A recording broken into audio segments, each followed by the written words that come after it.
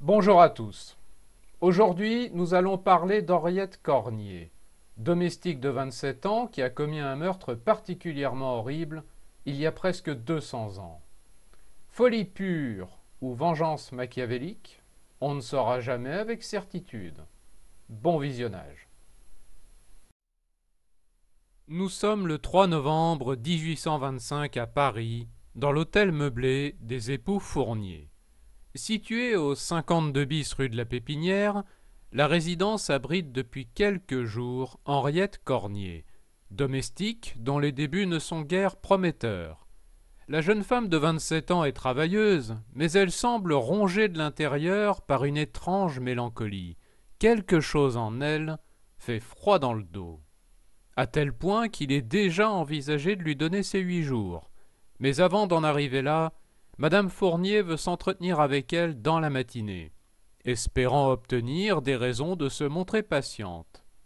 Une grandeur d'âme qu'elle va amèrement regretter. À sa décharge, Henriette Cornier n'a pas eu une vie facile. Née à Charité-sur-Loire dans la Nièvre, cette fille de boulanger perd très tôt ses parents. Elle est alors recueillie par une tante, une ancienne religieuse un peu austère, mais qui sait se montrer aimante. À 12 ans, l'histoire se répète lorsque meurt sa tante. Confiée aux bons soins d'un nouveau tuteur, M. Roy Bernard, elle entame alors une adolescence aux allures de chemin de croix.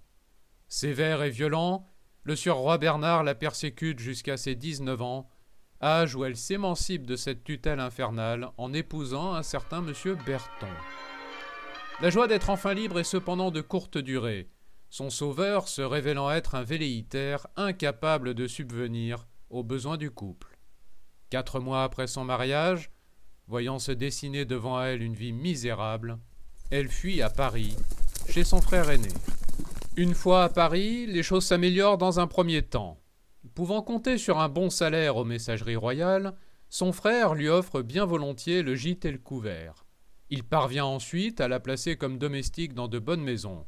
Henriette Cornier a une formation de couturière et adore les enfants qui le lui rendent bien. Elle a ainsi de vrais atouts à faire valoir. Elle est alors une jeune femme enjouée, trop même du goût de ses employeurs, mais ils s'en accommodent finalement tous car elle est travailleuse et digne de confiance. Il y a toutefois une ombre au tableau, les hommes. Loin de sa Nièvre natale, Henriette Cornier se laisse aller plusieurs années durant à des mœurs que la morale réprouve. D'autant que jeune, grande et élancée, elle a tout pour plaire. Les amants s'enchaînent, la mettant enceinte à 2 reprises d'enfants qu'elle abandonnera, elle qui aime tant ceux des autres. Aujourd'hui révolue, cette période l'a métamorphosée. Sa gaieté a disparu, remplacée par cette morosité qu'on lui connaît désormais. Elle a même tenté de mettre fin à ses jours quelques semaines plus tôt, un matin de septembre, sauvée in extremis par des passants qui l'ont empêché de se jeter du pont au change. Il est temps pour Madame Fournier de s'entretenir avec sa domestique. Henriette Cornier lui parle de son enfance d'orpheline et des mauvais traitements infligés par son tuteur. Période traumatisante de sa vie dont elle dit avoir des réminiscences douloureuses. Touchée par ce récit, Madame Fournier décide de lui accorder un sursis. Le lendemain, 4 novembre, les époux Fournier quittent leur domicile à 13h15 après avoir demandé à Henriette Cornier d'aller acheter du brie chez les Belon, les épiciers de l'immeuble adjacent. Faire des commissions chez eux a le don de raviver un peu sa bonne humeur d'antan. Madame Belon tient souvent la caisse avec Fanny, sa fille de 19 mois. Or, il semble rester quelque chose de sa passion pour les enfants. Elle descend chez les Belon peu après le départ de ses maîtres et achète pour 3 seaux de brie. Comme à son habitude, elle cajole ensuite la petite Fanny tout en bavardant avec sa mère. Il est question du temps, qui est magnifique pour un mois de novembre. Madame Belon irait d'ailleurs bien se promener avec sa fille. Henriette Cornier lui propose alors de la garder pendant qu'elle se prépare. Il lui suffira de toquer chez les Fournier lorsqu'elle sera prête. Elle repart ainsi avec Fanny dans les bras. Après une halte en cuisine, elle prend l'escalier pour gagner sa loge. Elle installe confortablement l'enfant et lui scie la tête avec un couteau dérobé dans la cuisine. Le sang jaillit de toutes parts, maculant à la fois le lit, le sol et la meurtrière. Une fois Fanny débitée en 2 morceaux, elle pose sa tête sur le rebord de la fenêtre. Vers 14 heures, Madame Belon apparaît dans le vestibule de l'immeuble. Ne sachant pas précisément où loge Henriette Cornier, elle l'appelle du bas de l'escalier. L'intéressée émerge alors de ses quartiers. « Que me voulez-vous » demande-t-elle nonchalamment. « Je viens chercher mon enfant. Donnez-le-moi. »« Il est mort, votre enfant. » Pensant à une blague de mauvais goût, Madame Belon insiste. Henriette Cornier lui répète que Fanny est morte en faisant barrage devant sa porte. Désormais paniquée, la mère pénètre de force dans la chambre et fait face à l'horrible mise en scène. Anéantie devant sa fille décapitée, elle se met à hurler. Henriette Cornier se précipite alors vers la fenêtre, l'ouvre et jette dans la rue la tête de Fanny. En pleurs et sidérée, Madame Belon rejoint son mari au pas de course. Affolé par le récit de son épouse, Monsieur Belon se précipite dans la rue et voit la tête de sa fille gisant dans des eaux stagnantes, juste après qu'un fiacre ait bien failli l'écraser. Il la ramasse en larmes, l'embrasse et retourne chez lui. Pendant ce temps, Henriette Cornier s'assoit et attend. La police ne tarde pas à arriver.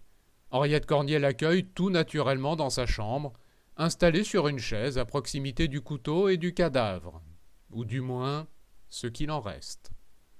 Elle avoue spontanément le crime et se laisse arrêter, sans faire d'histoire.